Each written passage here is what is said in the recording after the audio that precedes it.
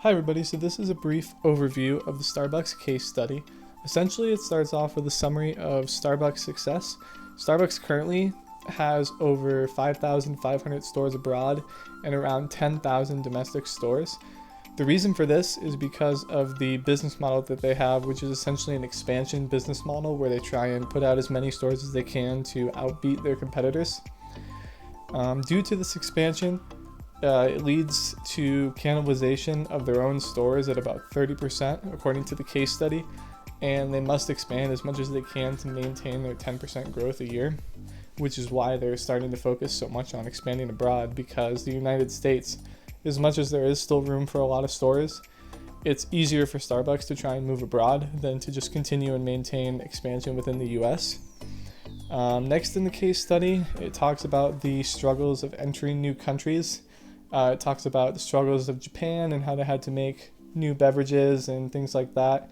It also talks about entering into a new market with Italy and how Italy has different tastes for coffee, such as they normally use cheaper coffee, but they also tend to like a better taste for coffee, which tends to go hand in hand. And Starbucks is more of a high quality, but they aren't necessarily known for the best tasting coffee. It's more of their different types of drinks that they have. That's certainly an opinion, but that is what the case study talks about. Next, it talks about the struggles of maintaining the brand and employee morale throughout the company.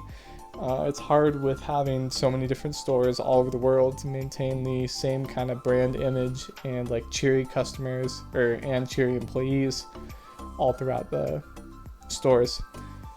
There are definitely different approaches to entering markets that Starbucks has taken, and it talks about that. It mentions the different approaches with Japan and Italy and having to make new drinks and how they have to change their brand models.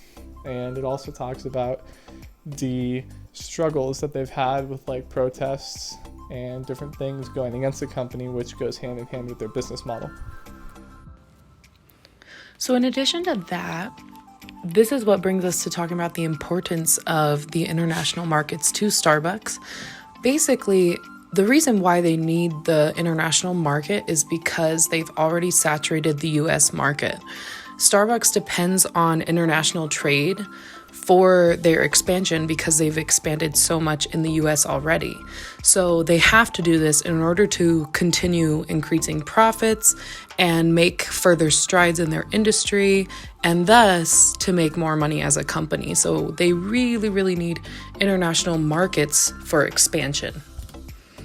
Some of their major risks, though, is appealing to the tastes in some of the different parts of the world. So one place is like Italy. They talk about in the case the fact that they're going to have to appeal to the taste of the established gourmet cuisine in the Italian culture. And they're going to have to appeal to that sense of taste.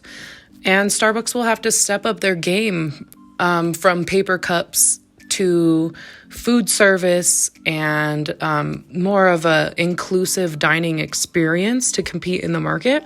And they may need to add chefs to their staff so that they can sell quality food goods, or maybe need to add wait staff so that they can give more high-end service.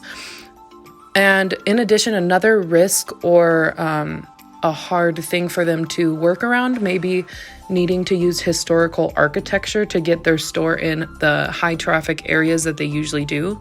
And that is a challenge because these are usually family owned or government owned buildings. So that's going to be a little bit harder to accomplish and make their style of store.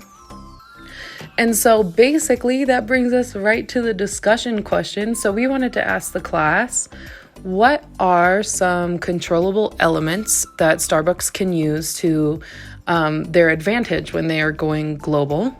What are the uncontrollable elements that they will have to face and work around? And what are some of the solutions? What are some solutions to the risks of going international that you guys can think of?